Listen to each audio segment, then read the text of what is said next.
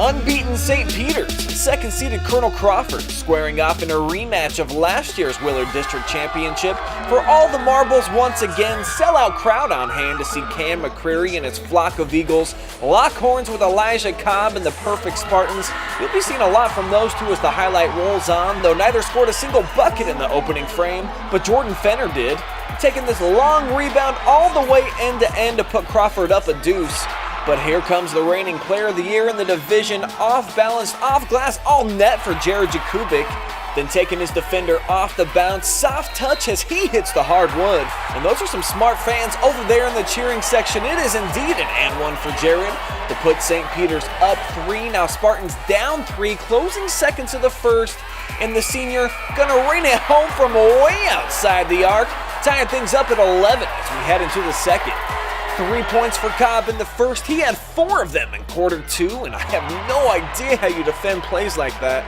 Eli Gursky with the rock now finds an open Luke Henrik, who connects for the only first half points not scored by human beings named Jakubick or Cobb.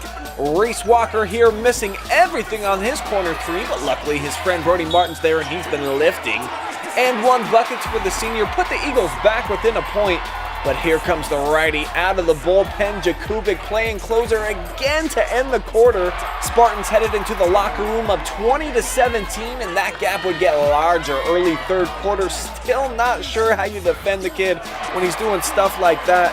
Cobb had St. Peter's up by 3, then later on Jakubick in transition lays it off for Caleb Stewart, bullseye from straight away, and just like that, it's a 9-point lead for Sparty. But the crafty old vet Martin ain't gonna let the Eagles crash like that. Come on now, here's 2 of his 11, plus another one coming, and I hope y'all got your popcorn ready because it's about to be the Cam McCreary show. First team all-district performer got shut out in the first half, but he was sizzling like a blazing wildfire with some hot sauce slathered all over the game's second portion.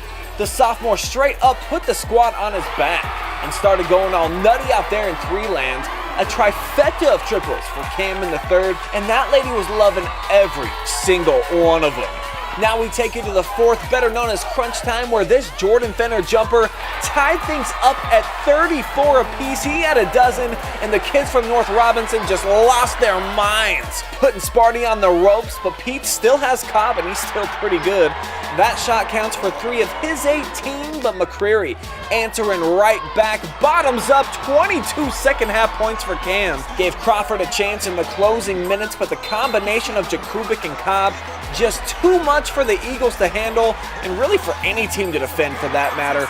They're now 26-0 as Jakubick filled it up for a game best 25 points, knocking off Crawford 54-49.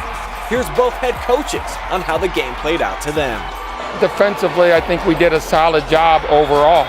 I mean, obviously, McCreary just did a tremendous job in the second half. I thought overall we did a very good job of keeping him out of the paint.